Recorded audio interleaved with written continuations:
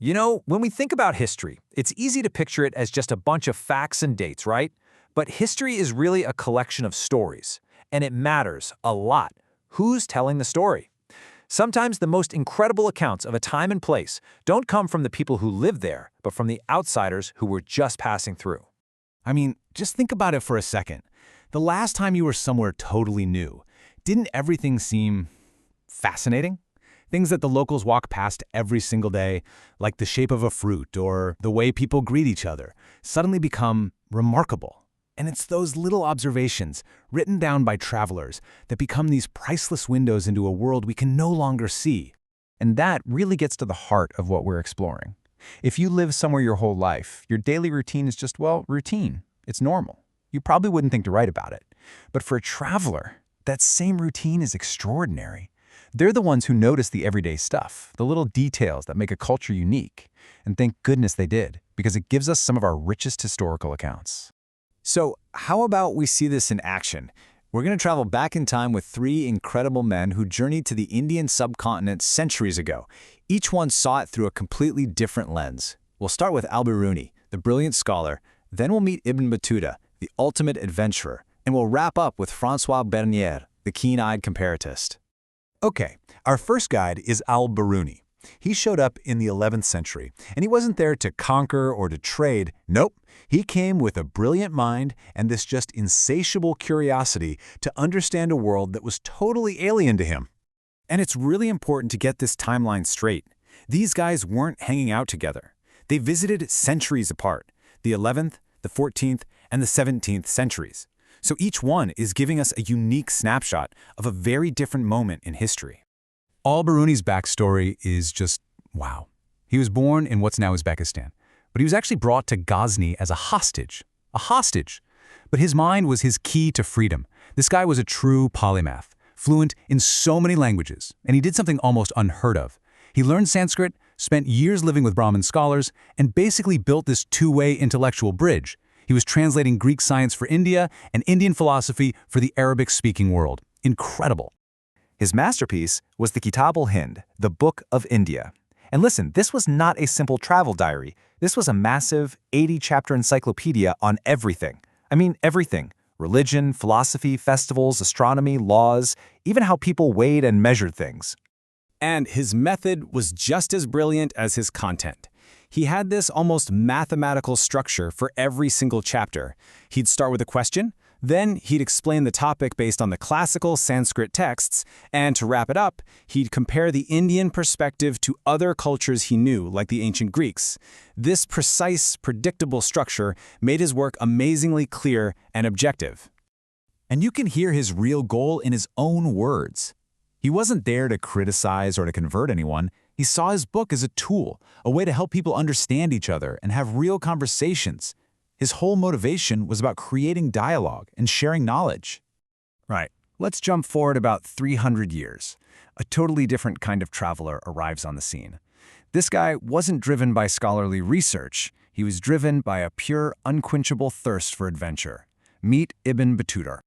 This one line he wrote, man, it just says it all, doesn't it?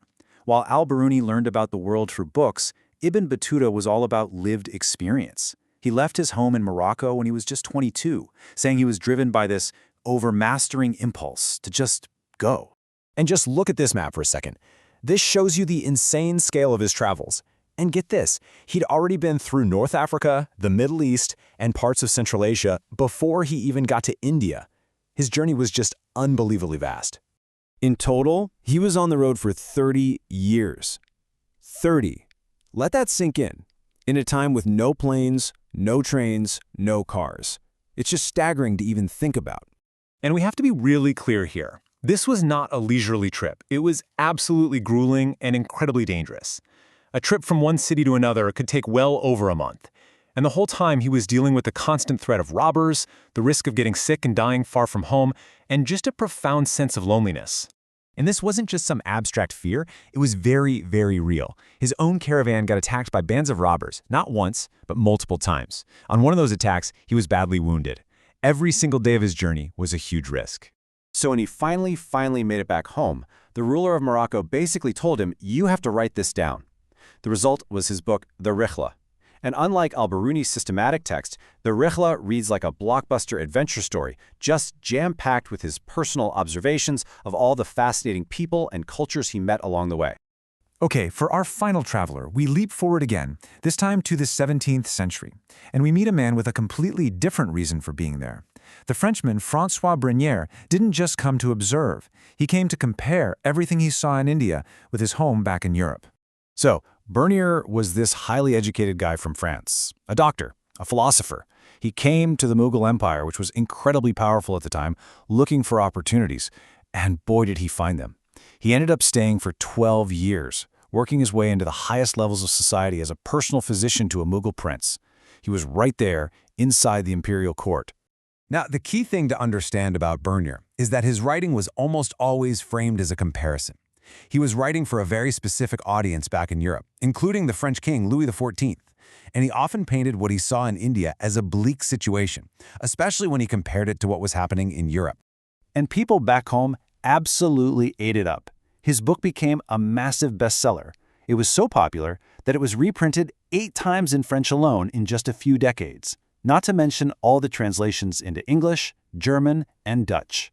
And that huge popularity had a really big impact. It meant that Bernier's perspective, this comparative and often critical view, became one of the main ways Europeans learned about India.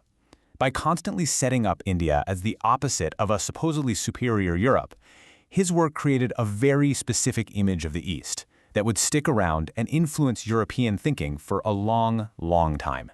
So, we've met the scholar, the adventurer, and the comparatist. After all that, what do their stories, when you put them all together, really teach us about history?